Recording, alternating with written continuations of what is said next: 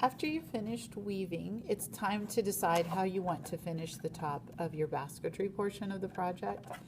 The amount of weaving that you do here is a very personal kind of choice.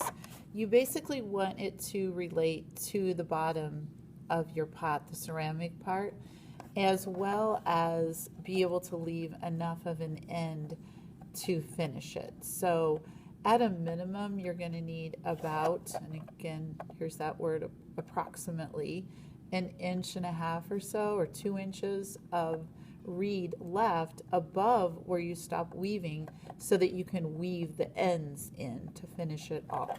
There are a few different ways to do it, and maybe more. I'm going to show you a couple different ways, and you may figure out something else entirely that works for you as an artistic choice that you make. So I'm going to show you a couple ways to do it.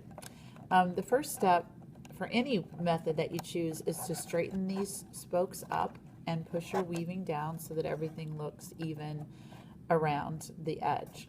On this side, I've finished off a few of the spokes, and what I did for these is just kind of bend them over and tuck it in to the last two rounds of the twining that are closest to the bottom, and I'll show you how I did that.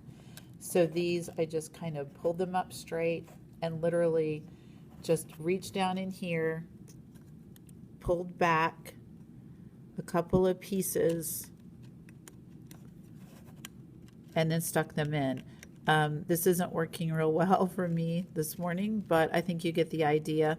You may need to take a tool or something to get that force through. Oh, there it goes. Okay. And then you just kind of pull that down, press on it with your fingers, and when you're finished with everything, then you can trim that off. So if I were finished all the way, then I could reach down here with scissors and just kind of snip those off like that. Okay? So that's one way.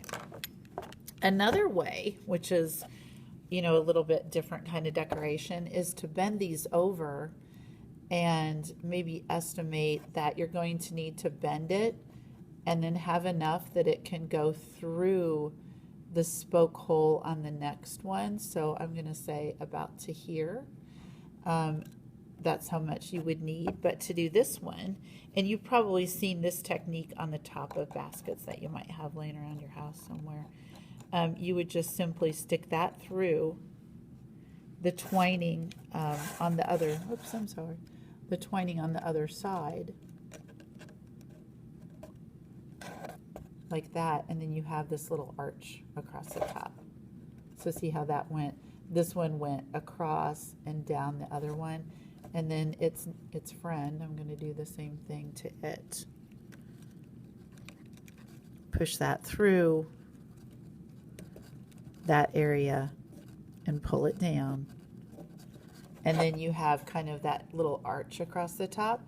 So those are the two choices that I had in mind, and it's really just your personal aesthetic as to what you want to do.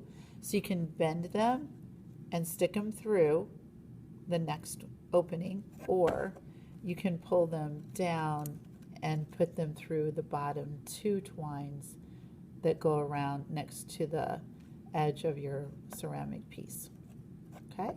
In either case, you want to make sure that you soak the reed in water so that you can bend it. If you try to do this when the reed is really dry, it'll snap and break off.